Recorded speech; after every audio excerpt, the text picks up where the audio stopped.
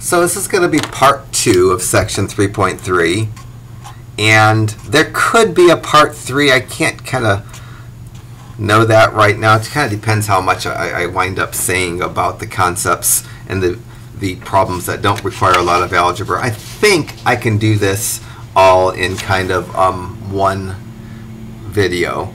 In order to do questions 13 through 23, we need to know some, maybe at least some concepts, not necessarily definitions. And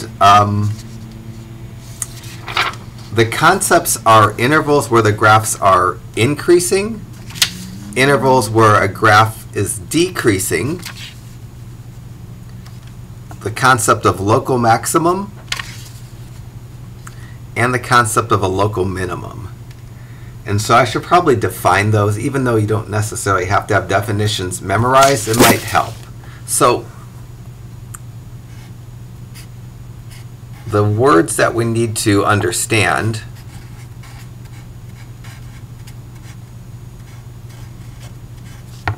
are the intervals where a graph is increasing,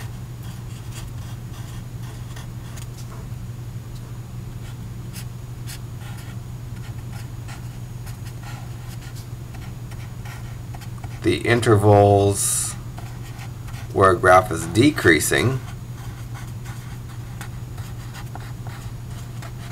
the concept of local maximum,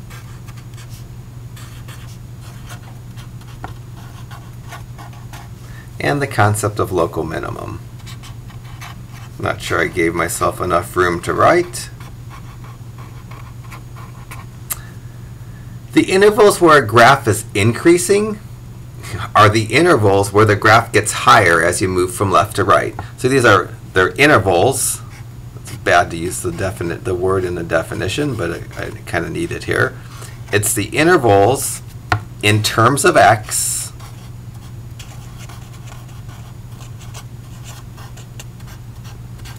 where the graph is going up as I move from left to right.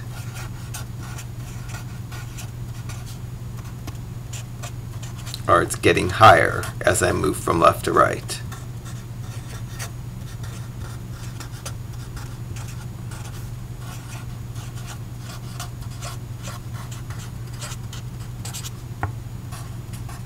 Has nothing to do with whether the graph is above or below the x-axis, where the other questions that we just got done doing, we're focusing on whether the graph is above or below the x-axis. That's completely different than this, although it feels similar.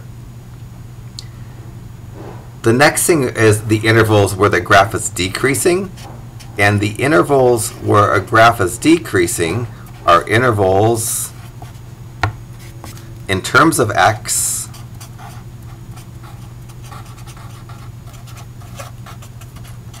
where a graph is getting lower as you move from left to right.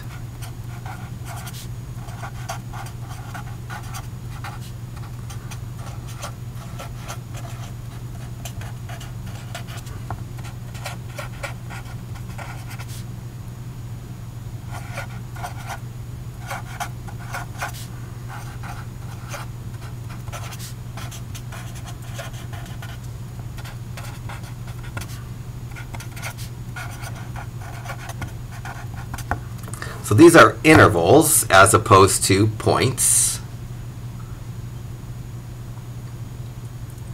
And then the next two kind of refer to points. A local maximum is generally, we say it's a hump or the top of a mountain or a peak.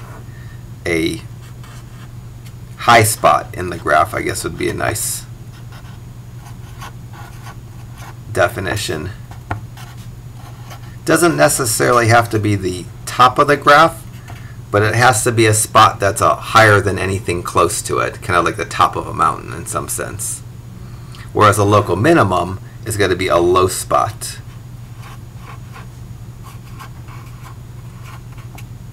Of a graph, I guess, as opposed to in a graph. They're really easy to see, local maximums and local minimums. If I glance at a graph and I see kind of a hump that's on the at a peak, it's a local maximum. And if I see a low spot that's kind of a valley, it's going to be a local minimum. So the questions in 13 through 23 ask me to identify, actually even a little bit more than this, but we need to have these concepts kind of at our fingertips in order to answer the questions. So I'm going to just jump into these, having these definitions kind of at my fingertips if I need them. So the first two parts, just like the greater than and less than 0 questions, I'm going to need to mark up the x-axis. So to do the intervals where the graph is increasing or decreasing, we start off by putting infinities at the left edge of my x-axis and right edge of my x-axis. And notice when I marked up the graphs, I didn't put the x-intercepts down because they aren't needed to answer these questions. The numbers that I threw on my graph were the local maximum and the local minimum points. So the point, this point right here, the point negative 341, I would say this is a local maximum point because it's kind of a peak. It's higher than any point that's close to it. This point right here, the point 4, negative 73.33, I would call it a local minimum point because it's kind of a valley. When I go to do parts A and B, I need to write the x coordinates of any local maximum and any local minimum as the extra points that go on my x-axis. So on my x-axis, I'm not putting the x-intercept, so I'm trying to find where the graph is increasing or decreasing. I took the infinities and the x-coordinates of the local maximum and the local minimum. And now I'm going to create intervals just like I did in the last problem. Unfortunately, these intervals, it's more appropriate to put round brackets because at the point of the local maximum or at the local minimum, the graph is changing directions. And when I answer the question, where is the graph increasing, where is the graph going up, where is the graph going down, at the local maximum it's not going up nor is it going down, and these intervals are more appropriate drawn with round brackets. I'll never take points off if you give me on the increasing and decreasing the wrong bracket. I'll just write the right bracket in there, just because you're just kind of learning this right now, and it's getting too nitpicky if I start docking you points on technicalities. I want you to just want you to get the bigger picture. So when I started off, I'm doing A and B kind of simultaneously. I put negative and positive infinity on the x-axis. I identified the high and the low points of the graph and put their x-coordinates on the x-axis, and I created intervals. You're always going to get one more interval than numbers other than infinity that you put on the x-axis. Now I'm going to trace along my graph.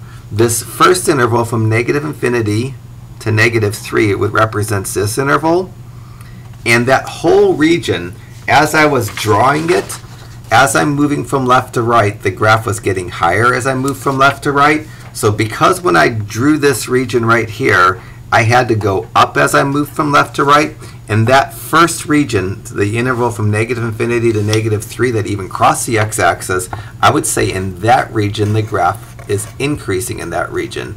Very specifically because as I was drawing that interval, I had to move up as I moved from left to right. Once I got to the local maximum, if I continued to trace along the graph, I'd pass through an x-intercept that I don't care about, and I'd get down to the local minimum. For that region right there, which is the region from x equal to negative 3 to x equal 4, as I'm moving from left to right, I had to go down as I was drawing the graph. And if the graph is getting lower as I moved from left to right, then in that region the graph is decreasing. So the middle interval that I wrote, the interval from negative 3 to positive 4, I'm going to say the graph is decreasing in that interval. Once I get to the local minimum, if I continue drawing and tracing along the graph, as I move from left to right, the graph is getting higher.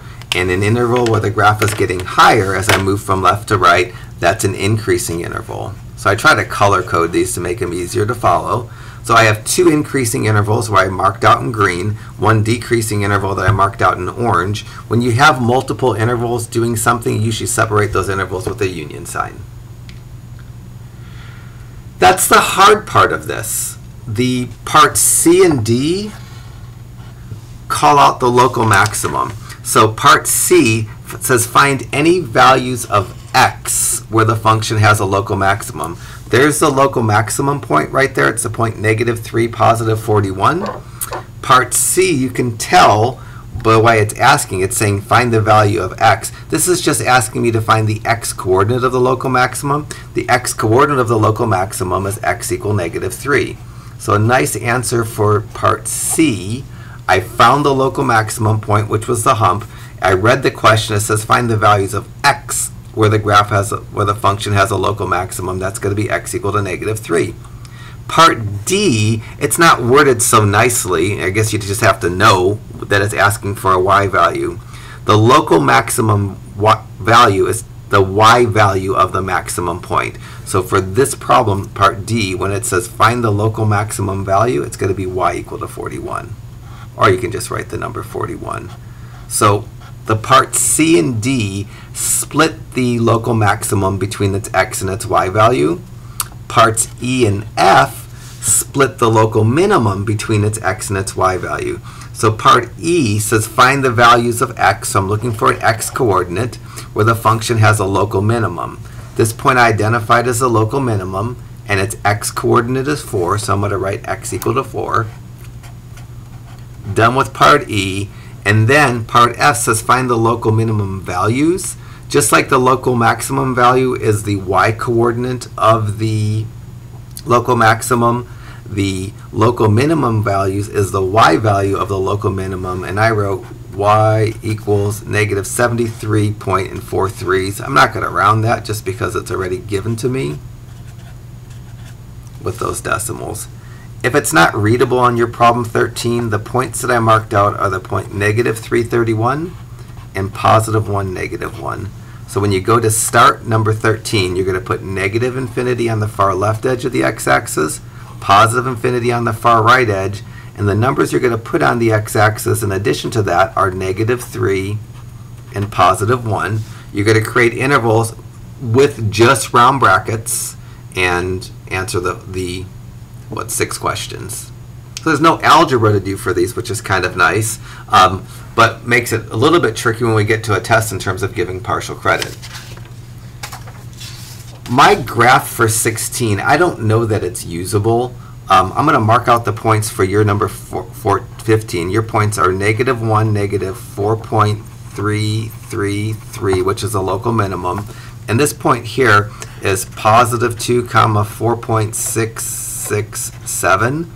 And I'm going to make a bigger picture for number 16 and put it on another sheet of paper so that I can answer these questions a little bit better.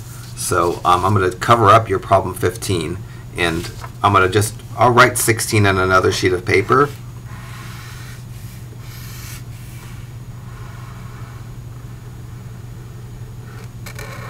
It's not going to be drawn quite so nice, but it's going to be more usable.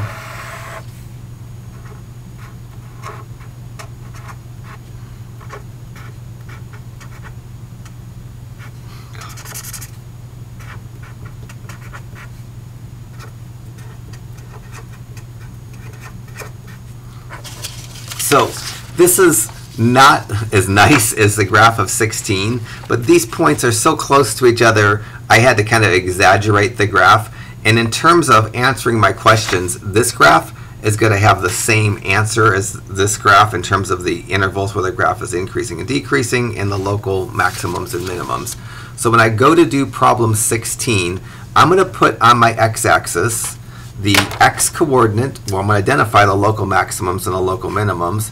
The point -3, -130, I would call a local minimum point because it is lower than any point that's close to it. The point 0.5, it's a peak, I'm going to call it a local maximum point. And the point 1, -2, I'm also going to call a local minimum point. It's lower. It's not definitely the lowest point on the graph, but it's a little valley, so it's lower than any point that's close to it.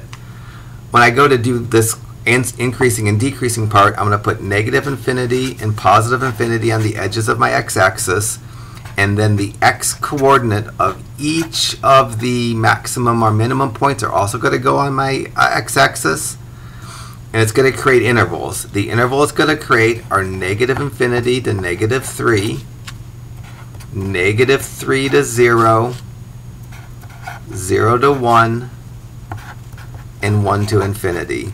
And now I'm just going to move from left to right and trace along the graph. In the first interval, the interval from negative infinity to negative 3, as I trace on that interval, the graph is getting lower as I move from left to right. So that interval from negative infinity to negative 3, because as I move from left to right on that interval, the graph is getting lower, we say the function is decreasing in that interval. The next interval, which is the interval from negative 3 to 0, as I trace on the graph from left to right there, it's getting higher. So that next interval, negative 3 to 0, I'm going to say the graph is increasing in that interval. Then it turns around and starts decreasing again. This interval right here, the interval from 0 to 1, the graph is decreasing again. So I put it in the decreasing and separate it from the other interval with a union. And in my last interval from 1 to infinity, as I trace that interval, the graph is increasing again. So I'm going to write from 1 to infinity, the graph is increasing. Done with the hard part.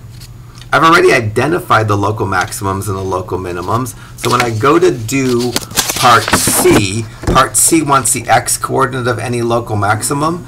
The point 0,5 is my local maximum. Its x-coordinate is 0, so I'm going to write x equal to 0. Part D asks for the local maximum value, which is the y-coordinate of any maximum point. I'm going to write y equal to 5. Part E wants the x values of any local minimum. I have two local minimums, so it's going to be x equal to negative 3 and x equal to 1. Part F wants the local minimum values, which is the y-coordinate of the minimum. And I'm going to kind of line them up a little bit. For x equal negative 3, it corresponds to y equal negative 130 as the local minimum value. And for x equal to 1, its local minimum value is y equal to negative 2. All right, so that's 16. Hopefully that went okay. And there's your 15 again in case you need it.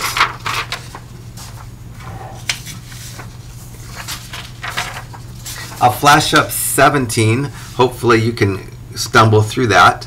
The numbers you're going to mark on the x-axis are negative 2, the x-coordinate of that local minimum, negative 1, the x-coordinate of a local maximum, and 0, the x-coordinate of a local minimum. So it has a local minimum, local maximum, local minimum. And in addition, you're going to put negative and positive infinity on the edges of your axis and create your intervals.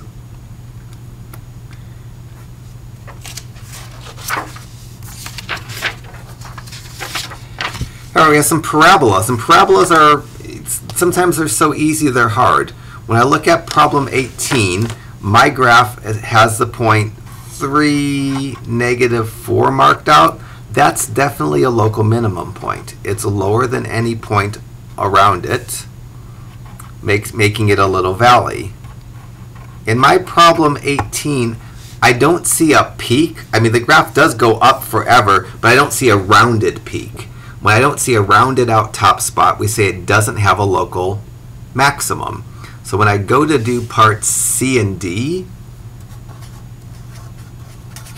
this graph doesn't have a local maximum because you need a rounded out top spot as opposed to just lines that shoot up forever.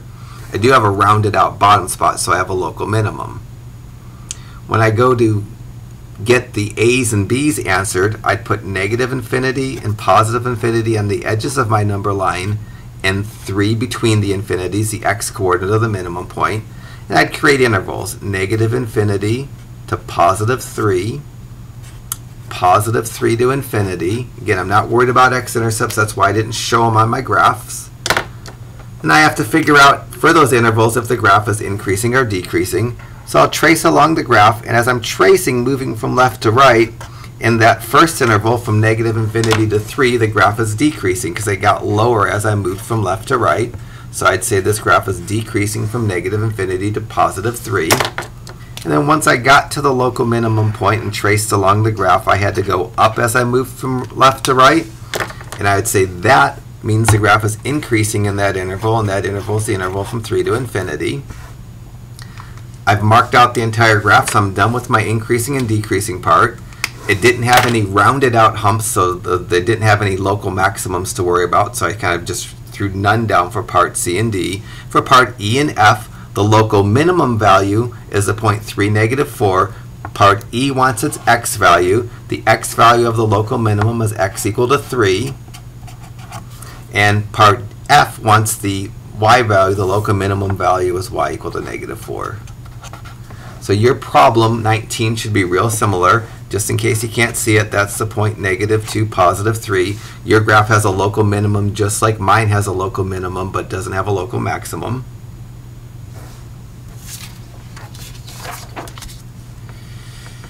When I look at problem 20, it only kind of has only one rounded out part. That's the point negative 2, 3. This is a local maximum because it's a rounded out peak. Makes it a local maximum. These parts at the bottom, straight downs that go down forever, aren't maximums or minimums. It has to be rounded out for it to be a maximum or a minimum. So the point negative 2, positive 3 is going to be my local maximum. I'm going to put its x coordinate, negative 2, on my x-axis, along with negative and positive infinity. And that's going to create intervals. The intervals are negative infinity to negative 2, and negative 2 to positive infinity. And then in those intervals, I have to figure out if the graph is increasing or decreasing. I do that by tracing. In the first interval, as I go from left to right, I have to move up as I draw from left to right. So in that interval, the graph is increasing. That's the interval from negative infinity to negative 2. I'll throw that in my increasing answer. The next interval, once I get to that local maximum and start tracing, I have to trace down as I move from left to right. That's the interval from negative 2 to infinity. Now let's say the graph is decreasing in that interval. I have a local maximum point, so I can make answers for part C and part D. Part C wants the x values of any local maximum point. That's going to be the x value of that point, which is x equal negative 2. When part D asks for the local maximum value, it just wants the y coordinate of the maximum point. That's going to be y equal to 3. And I didn't mark out any local minimum points. It does have low points, but not local points, not little rounded out points. So we're going to say it has none for parts E and part F. So your problem 21 should work the same. Just in case you can't read that point, it's the point negative 1, 4. It's the only point that you need in terms of answering all the questions that are asked for problems 21. So last two problems, which are lines, when I look at these equations or these graphs, there aren't any rounded out high spots or rounded out low spots. So this graph in problem 22, it's not going to have any local max, and it's not going to have any local min, because you need a rounded out high spot or a rounded out low spot. So the answers for C, D, E, and F are going to be none, none, none, and none. When I go to do the increasing and decreasing part, I always put negative infinity and positive infinity on my axes. And in addition, I put the x-coordinate of any local maximums or the x-coordinates of any local minimums on my x-axis. Since there aren't any local maximums and there aren't any local minimums, I don't have any numbers to throw on my x-axis. So I'm only going to have one interval to concern myself with in problem 22. I'm not going to get multiple intervals because there's no extra numbers to put on the x-axis. So I'm just going to trace on this graph. And this entire graph, as I'm tracing, it's getting higher as I move from left to right. Because it's getting higher as I move from left to right, it's increasing in that interval. And there's no portion of the graph where I need to use my orange, because there's no portion of the graph as I move from left to right, the graph is getting lower. So I'm going to say it's going to increase from negative to positive infinity, and that it never decreases. When you go to do your problem 23, it doesn't have any local maximums or local minimums because there aren't any rounded out high or low spots. The only numbers you're going to put on your axes are negative to positive infinity, which is going to create the one interval from negative to positive infinity. And as you trace on your graph, as you move from left to right, is decreasing. When you go to answer your part A, you're never going to get anything increasing because the graph is only decreasing. You're going to get negative infinity to positive infinity for a decreasing. All right, maybe I'll separate the next part to a part 3 just because it's a completely different concept. So we're going to see part 3 here in a bit.